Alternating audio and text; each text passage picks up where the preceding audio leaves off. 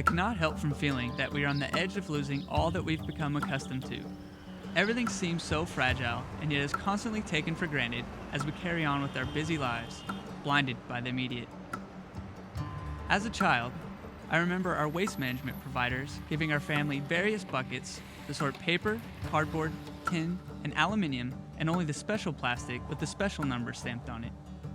Beside the sink is where our family's rubbish collected until there was no more counter space. Frustrated with their 4 children's lack of responsibility, my mother would take it to the overflowing buckets in the garage, where she would often forget it. Then finally, my father would get annoyed that his tools were buried and secretly, or not so secretly, would bin the waste so it never actually made our suburban curb for collection. This was our part. As I've grown older, I've become very conscious of our fragile world. But I've never thought of myself as a conservationist, a radical tree hugger, and I've definitely never chased the rogue whaling ship, as I've never been to sea. But somehow, after a couple of drinks in San Francisco with a very passionate friend, I find myself in a humid port in Brazil, about to sail to South Africa as part of the Gyres Institute's expedition through the South Atlantic Gyre, documenting plastic pollution for the first time. And prepare supper for 1800, and then 1800 to 22 is wash up after supper, and 22 to 02 you can just sit and drink tea. Okay, with regard to watches, if you can be on time, be vigilant, keep the log, which is the logbook we have to write, and stay awake. Steve, if you want to take care of doing the anchor and get a couple of people to help you. With an overwhelming curiosity, I am now part of this precarious group of inspired strangers, led by scientist Dr. Marcus Erickson and his wife and 5 Gyres co-founder, Anna Cummings. We're gonna head out now, okay? We're all ready to go. Next step, Africa. With fresh eyes and different networks, we were brought together, put simply, to help alert the world.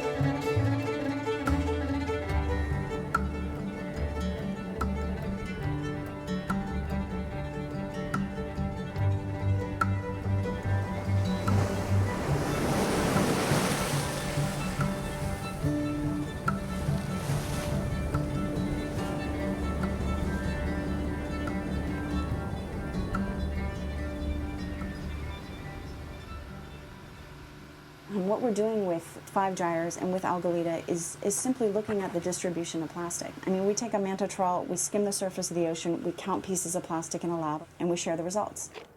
The goal for trawling is every 50 nautical miles from now until the time we get to South Africa. In between those times, we'll deploy the high-speed trawl. It's a relatively new issue, this idea of plastic marine pollution. Any sailor or Navy man who was sailing through the Gyre would have seen this plastic in the last maybe 30, 40 years. But it wasn't until Captain Moore came upon this area between Hawaii and California full of plastic trash in an area where sailors don't traditionally go. When you first pull up some of these samples, as you'll see, it may not look like a lot of plastic. You might find less than a handful, sometimes only a few fragments. Sometimes it might take taking these samples back to the lab to see if there's any plastic at all. But what's really interesting to think is here we are in the middle of nowhere. We're going to be thousands of miles from the nearest landmass, and still we're going to find evidence of our plastic footprint. And I want to remind everyone that this is our research mission. So I invite you all to embrace what we're up to wholeheartedly, get involved, need your help to accomplish our mission. First trawl. 49 to go. The philosophy that there is an away, that, you know, we say we throw something away, that you can create something to be used for a minute that lasts forever, is evil, in my opinion. What I think needs to happen with companies that produce plastic is in the whole scope of the product's impact, they need to calculate for its environmental impact economically. Ooh! This was the Manta, not the high speed, so this is actually a research sample. That's the sea state coming down, huh? Yeah, it was pretty calm. It was about a 2 or 3 today. There's a nurdle! Yeah. We have nurdle! There looks like a piece of some sort of film packaging. Oh, yeah, totally. Hard to see against the spoon. Today I was introduced to a nurdle. It might as well have been a beanbag pellet, only it was a tiny piece of virgin plastic that was found hundreds of miles offshore. Given its seemingly insignificant size, how can Marcus be so dedicated? I got interested in this topic a long time ago when I was young, just in terms of trash, debris, and plastic. And then as I got into my undergraduate and I was living in a coastal community, I started reading up about marine debris in the ocean, and I stumbled across Algalita, which included Marcus Erickson and Anna Cummins, and I started reading about the issue and got super interested and applied for graduate school. Specifically, what I study is the chemical component or the toxicity of plastic debris to organisms.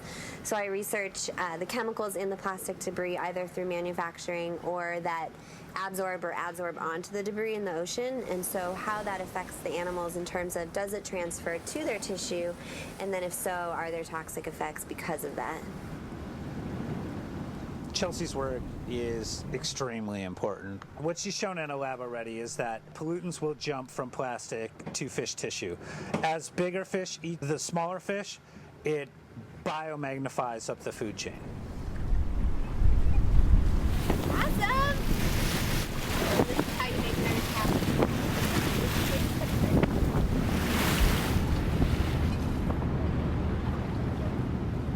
So the routine begins. Day and night, wind and waves, trawl in, trawl out. Our staggered shifts never quite set. 3 groups rotating 24 hours a day. A dinner shift previous means a 4-hour watch starts sharp at 2 a.m. in a cold night. Let's see what's in the high speed. Ooh! This is perfect for Chelsea's toxicity analysis. Can I see?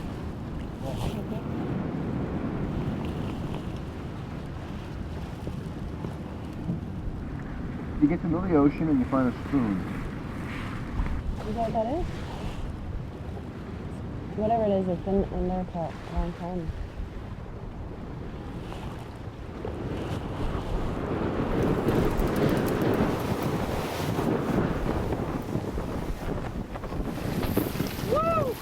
For me, I've grown up in the ocean. The ocean has been my second home.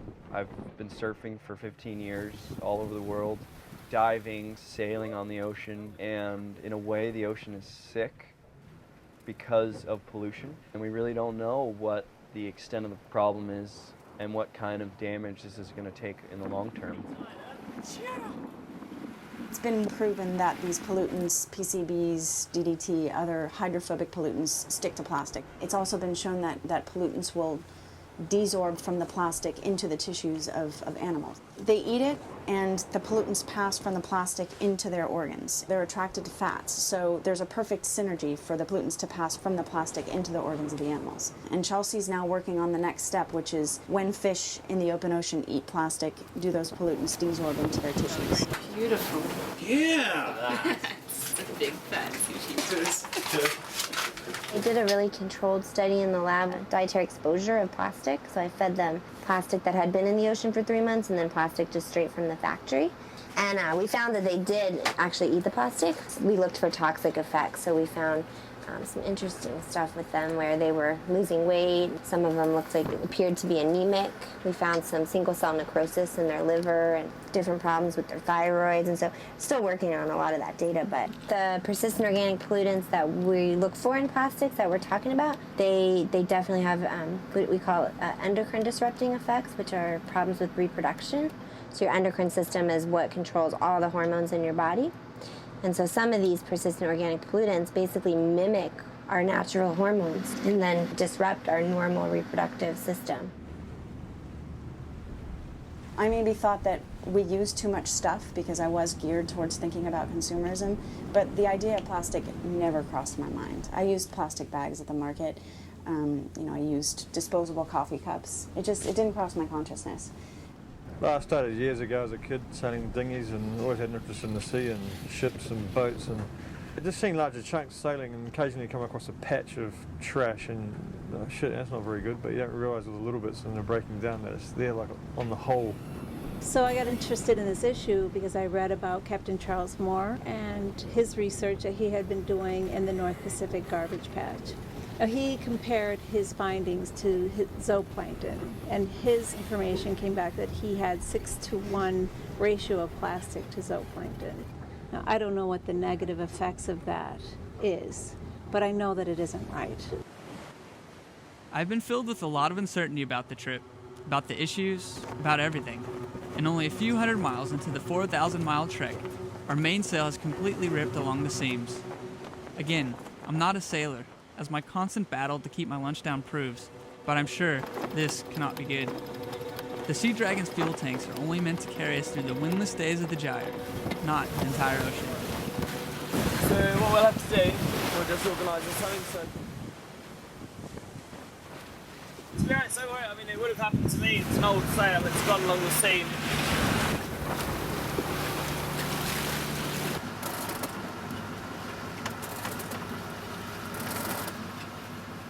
This is my second cruise. First one I went to the North Pacific.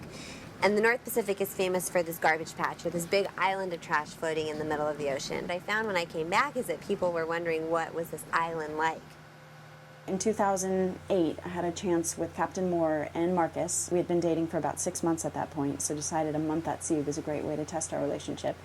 But we crossed the North Pacific Gyre from Hawaii back to Los Angeles, and I still expected to see an island of garbage the size of Texas.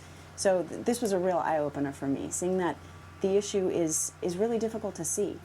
So that inspired Marcus and I to start the Gyres Institute with the goal of expanding that research on plastic in the North Pacific, which people are starting to know about, to all 5 oceans.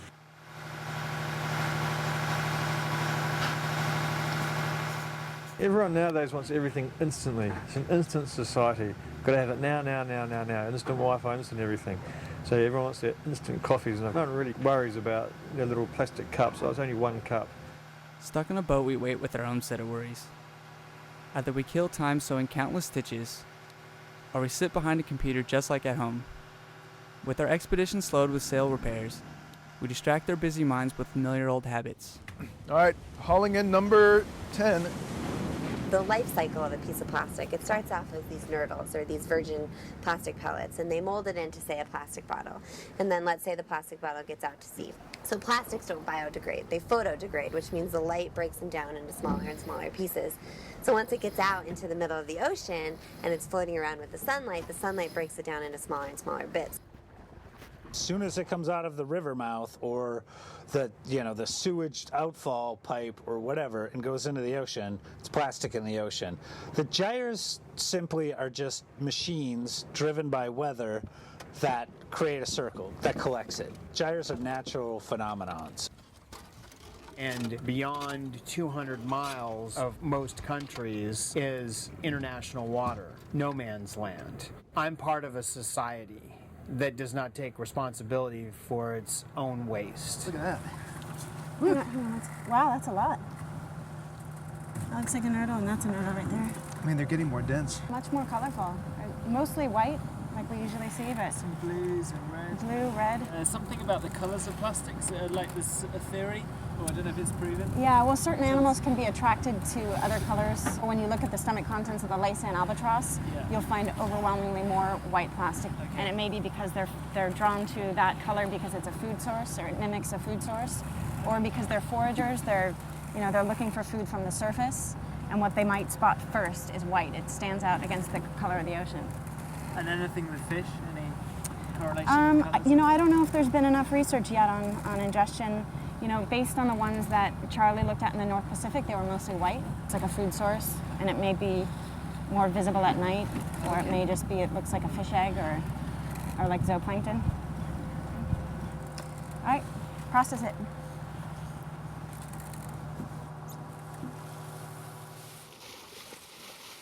We found a fridge in the Mississippi River when I was filming for Nat Geo last year. I hopped into it, and for like a quarter mile just paddled in the refrigerator down the Mississippi. We saw like 7 total in that month on the river. I mean, our biggest export, I would bet, is trash. Just junk washing down our watersheds out to sea. I went to a small town in Peru, and a little small village, maybe a few hundred people, but there was a road going out onto the tide pools, and the road ended, and there was a hole in the concrete, and that was a communal dump. And you look down, and along the beach, thousands of plastic bottles, thousands of them. Near Nazca in Peru, just south of Lima. Plastic! There we go, that's a big chunk. Big chunk. Let's go get it.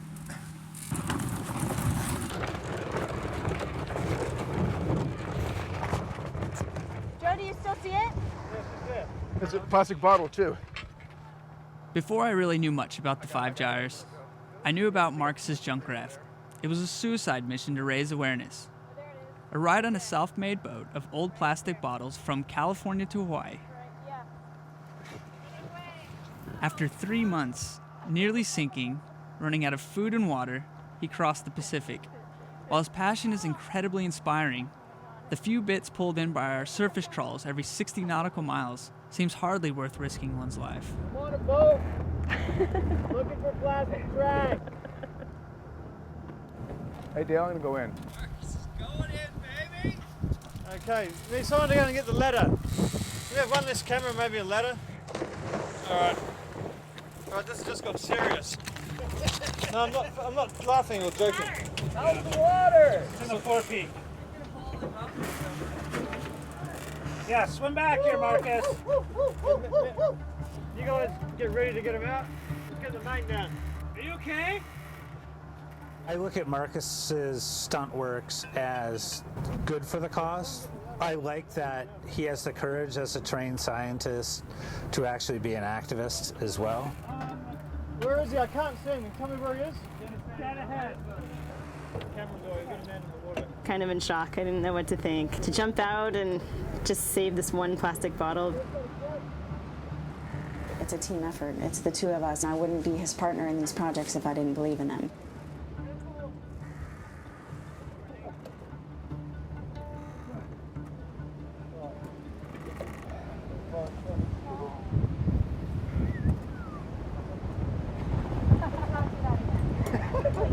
Holy shit! Oh, cool! I saw the reality of being in the water, how difficult it is to get somebody out. And just be really careful. Even though it happens again, you do just everyone be quiet. And there's one person talking, i.e. me or Clive. You do what's told. Okay? So it's good. Good little practice. When your focus becomes that, exactly, just trying to educate people about this garbage that's in the middle of the ocean, and yeah, it's just one piece, and maybe one piece doesn't make a big difference, but it's just the idea of it all. To bring as much of it in as we can. There's so many wars and conflicts and different perspectives of religious and political and right to life, right to choose, all these things that people have their own opinions about, but water connects us all. People should stop and think a little bit more about things and not be so hypocritical, because I've been talking to people who are at Starbucks talking about plastic trash, and I can just imagine them with their one-use spoon, plastic spoon, and their plastic cup in their hand as they're talking to me about this problem. So I think there's a lot of speculation and a lot of people jumping on the bandwagon. Follow things, don't just talk about it.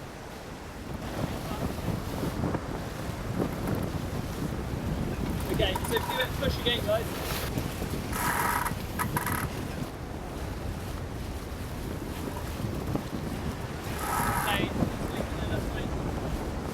We successfully got the main back on! To windward! And beyond! It's just amusing. Wait a minute! Can we get Chelsea and you to do this in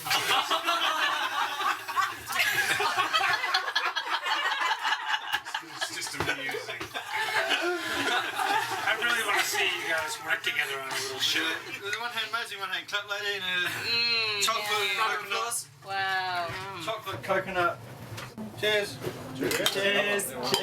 Cheers. Cheers. Oh, it's clump pie. Cheers. Cheers. What is it? Cheers. Cheers. To week one. Success. 3 to go.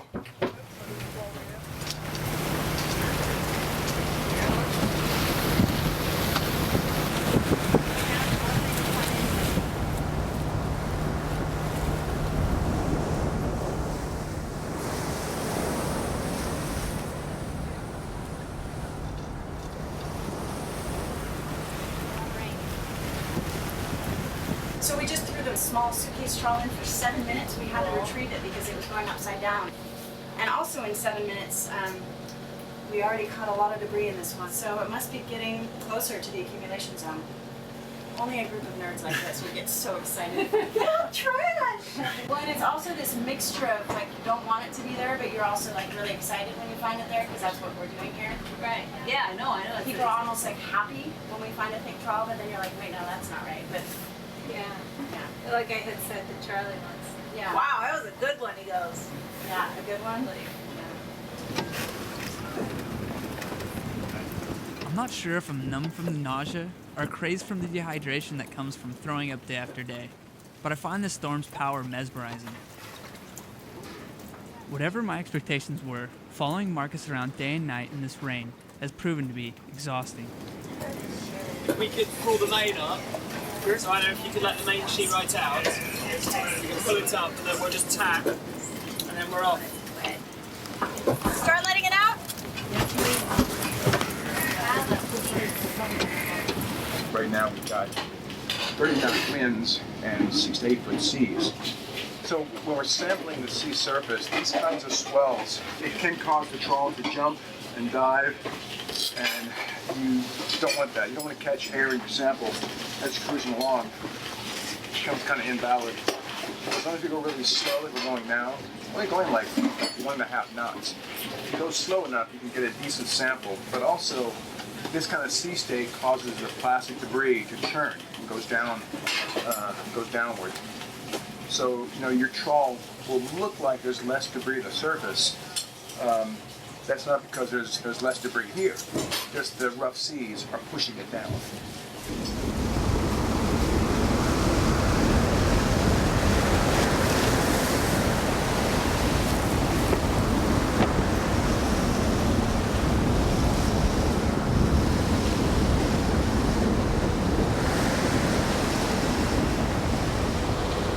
It's like other gyres, there's a west and east areas of concentration.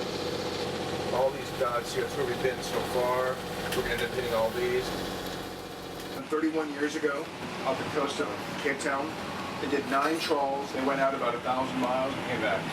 We can replicate probably half of these. Pretty cool.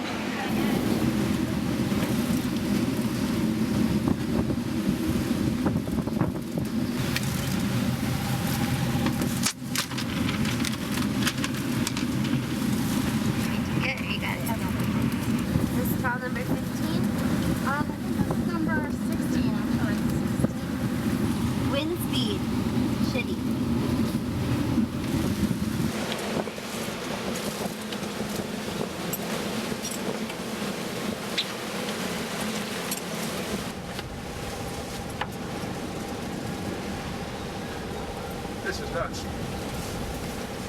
This is nuts? This is nuts. I know, I'm surprised Dale is letting you do this. This is nuts that we're trawling in this. This is like trawling Don't in the lose a hurricane. data Marcus point. is a wild man. Don't lose a. What? Don't want to lose a data point. I mean, we had a 600-mile gap in the North Atlantic. That's because we went through a hurricane. Yeah, we should have kept trolling. We really have to do that study and normalize for sea state. That'd be really This will be cool. so skewed.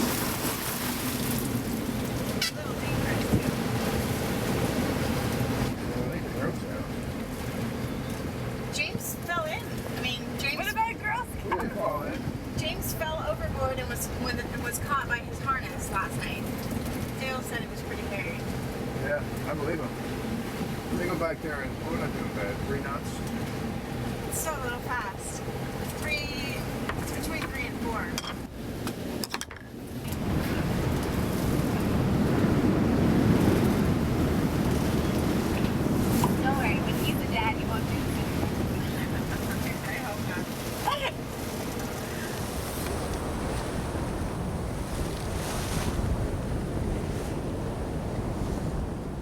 with waves crashing and the storm pounding us relentlessly. Marcus's persistence to get back on schedule despite the risk of having to scrap irregular data back at the lab is admirable, but his determination is insane.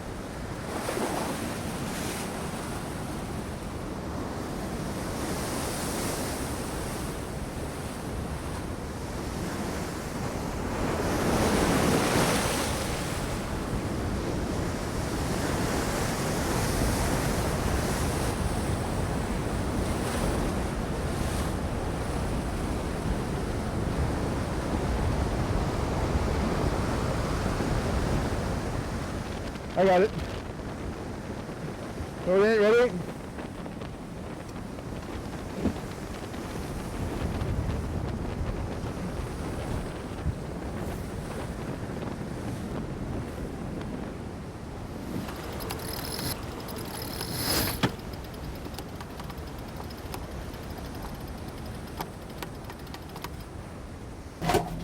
I wonder what it'd be like if it were still out there. 1, 2, 3, 4, 5, 6, 7, 8. At least 8 visible pieces.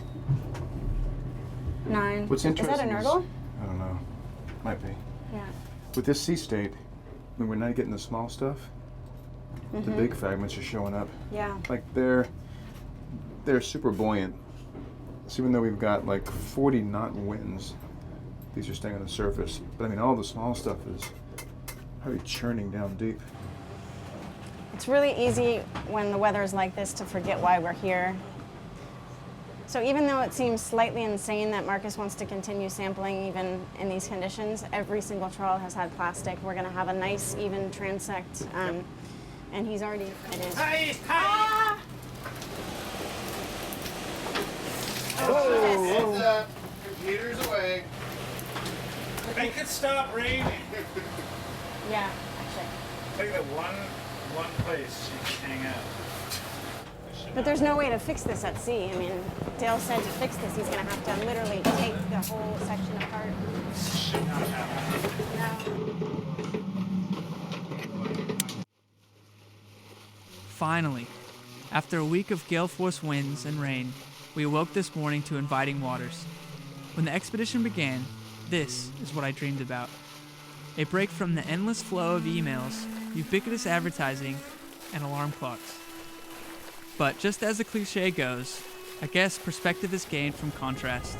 The storm's violence has left a long stream of repair tape on a crucial rigging line, putting our restitched mainsail and Jody in peril.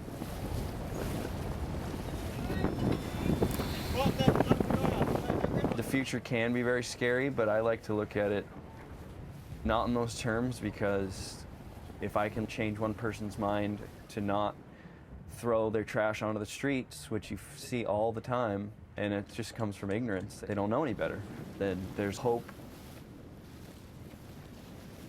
Now, there are third world countries that have no idea that this plastic doesn't absorb into the ground.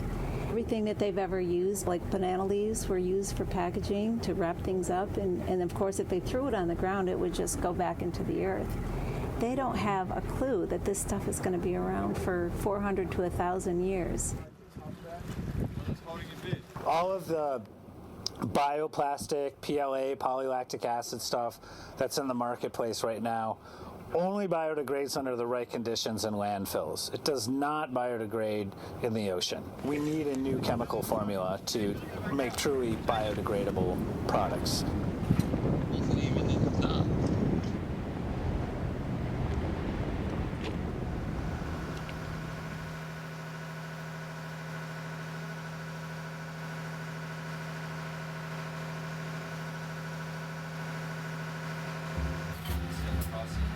Whether it was purely a coincidence or justly celebrating good weather, the calm water made Thanksgiving feel like a picnic at sea.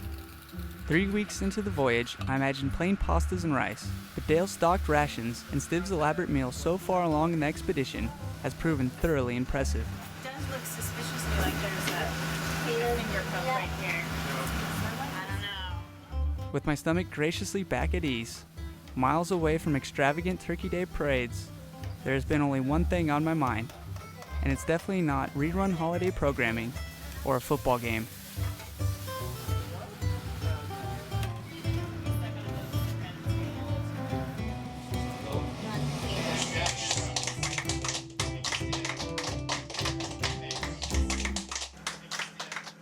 Since the very beginning of the expedition, I've had this endless anticipation to see a plastic island, to swim in chunks of polyethylene, PVC, and nylon rubbish, clouding the sea, capturing the shots to shock the world.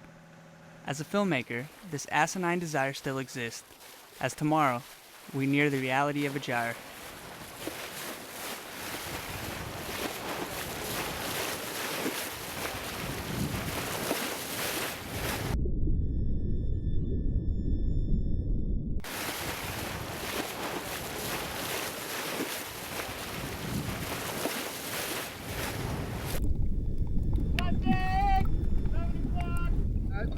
Yards out.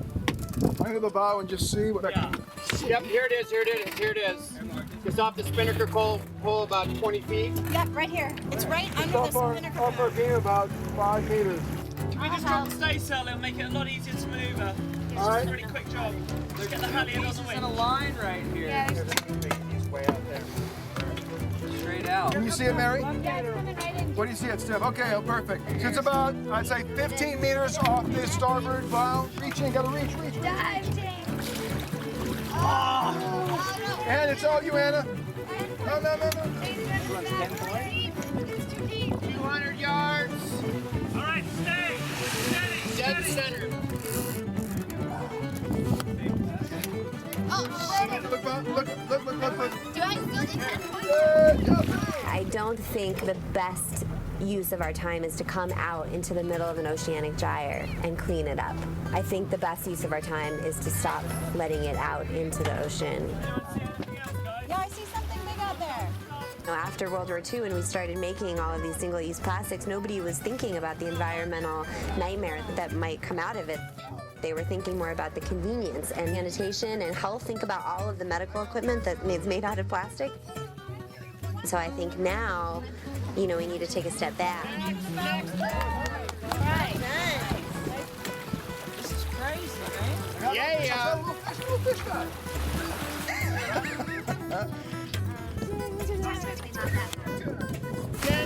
Wow, we're in the big stuff now.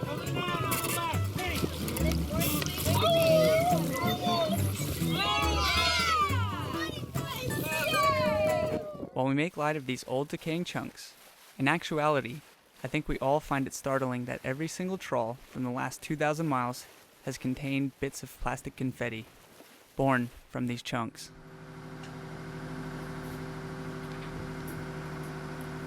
So why did you install the satellite phone inside the locker under the sink? Well, a lot of people talk shit around here, so I thought it would be appropriate. That was a good answer. The offending part, which as we can see has split the whisker. Nuts. I find it really rewarding to eat cereal while Dale works. Disgusting. But you gotta do what you gotta do. At the end of the day, this design's stupid too.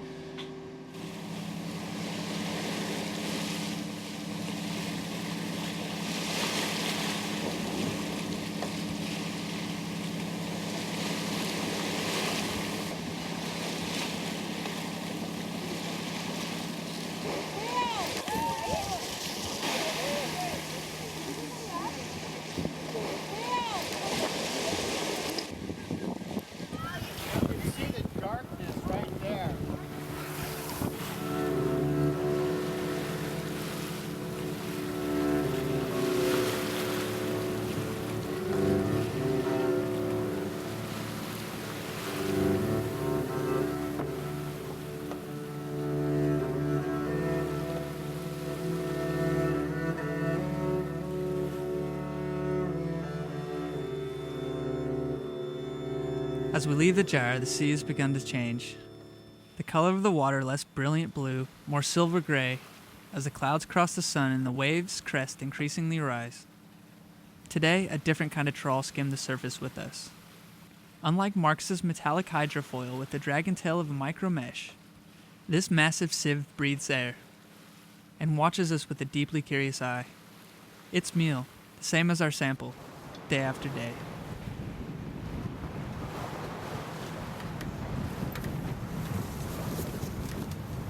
And look at you at the camera. Me. All right. So you may see when we drag our trawls across the ocean surface, we come up with maybe 1 teaspoon of plastic for a trawl that's going 2 miles by that much distance. It might not seem like much, but this ocean is vast. Our planet is 2/3 ocean. So that thin strip that we're sieving, that 1 tablespoon, it's less than the edge of a razor blade on a football field. This ocean is vast. If you were to add up all those tablespoons of debris, for those little transects that we trawl, it would add up to tens of thousands of tons of trash, plastic pollution floating in just this one gyre alone. And there are 4 more in the world. It's not just this one little island of trash, this mythical island of trash off the coast of California. There are many marine organisms that, from the smallest fish, the smallest jellyfish, the filter-feeding organisms, the zooplankton, are eating these small particles. There's a chemical burden on those small particles of plastic. And those chemicals biomagnify up the food chain into the fish that we harvest to feed the world.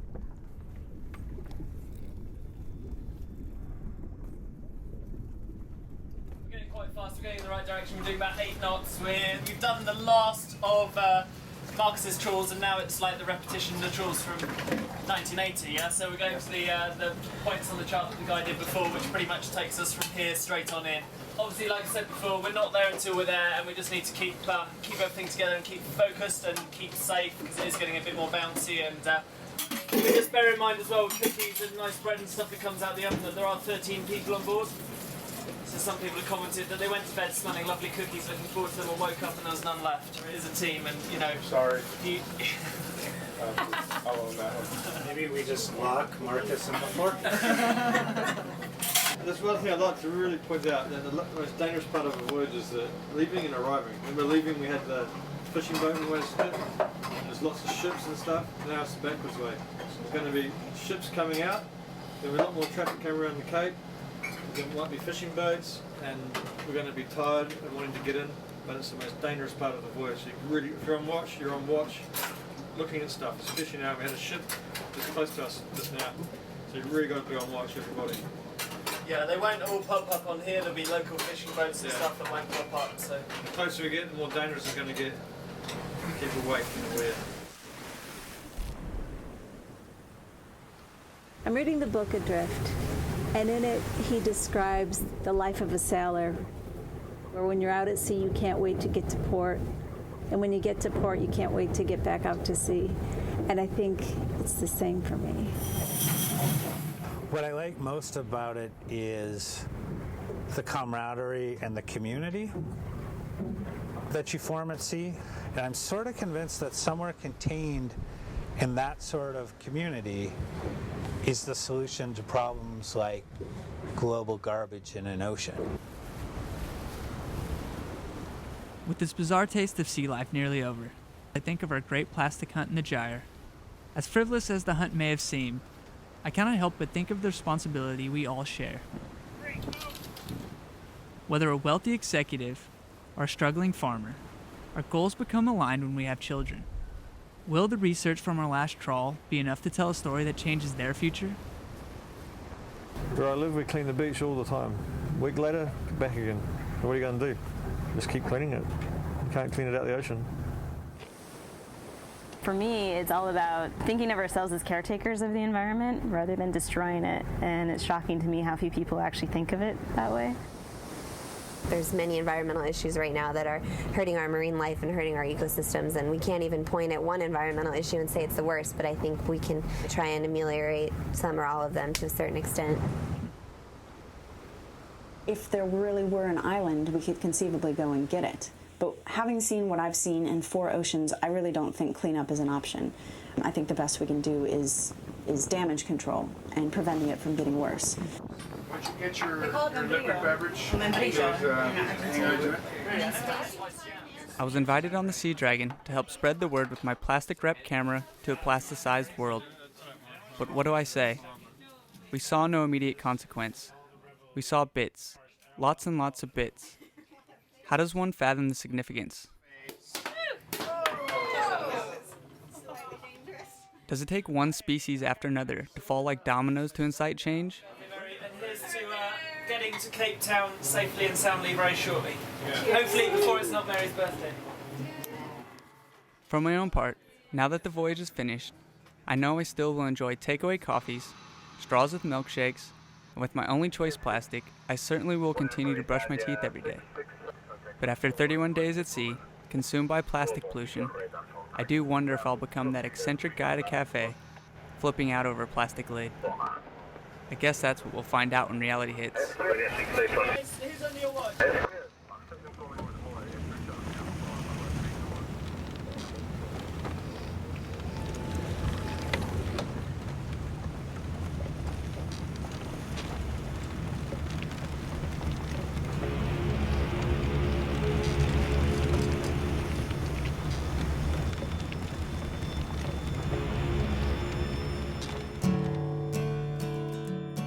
Welcome everybody, welcome to the Two Oceans Aquarium, and a very, very warm and South African Cape Townian welcome to the Five Gyres crew, who arrived here in the very small hours of Thursday morning through very thick fog after quite an arduous trip from what I can gather. So this journey that we just completed, 4,000 miles plus, was the first of its kind studying plastic pollution in this area. It's only been fairly recently that people have known about this issue, but we're now finding that plastic pollution can be found on virtually every ocean and every coastline in the world. We drop this trawl in the water, skim the ocean surface for 1 mile, then another 60 miles, then trawl again. Every single one was full of this plastic confetti. This is the remains of a Laysan albatross. These birds feed their young by regurgitating what they've collected around the world. Plastic bottles, bottle caps, lighters. This is a common snapping turtle that became entrapped in a small plastic ring when she was a baby. These are pre-production plastic pellets. Over time, they're absorbing all these other chemicals that are washing down our watersheds. Things like oil drops from cars, pesticides, PCBs wash into the sea, and they stick to plastic particles like a sponge. If we know that fish are ingesting plastics and other marine life are ingesting plastics, as has been reported in the scientific literature, how does it affect them, right? How does it affect their reproduction? Does it cause death? Do they just pass it out without any chemicals? And what we're seeing is that these chemicals do transfer, so how is this affecting their life? What we're trying to show the world is that this is a global problem. Plastic is washing into our seas from every continent in the world, and it will take international cooperation implemented at a local level to solve this issue. You have that personal question you have to ask yourself, because now you can't claim ignorance. Do you do something about it, or do you walk away? The material is tortured into existence in the laboratory using gas, coal, or petroleum as its source. The polymers are strung together through a catalyzing process. Additives are thrown in to tweak the material to its optimum purpose. Finally, we have a material that is strong, durable, flexible, lightweight, and can be shaped to every desire. Colors and varieties mixed together, swept along by the tides of life. It is both good and bad, evil and pure. We project our ignorance and indifference onto the broken, banished goods, putting them out of sight, under the highway, out of the light. We return to our trodden lives of 9-to-5 survival, with nothing more than a handful of plastic bits. Conscious of the bleakness, the skepticism, and the impossible task of changing our habits, we will only relent to ourselves.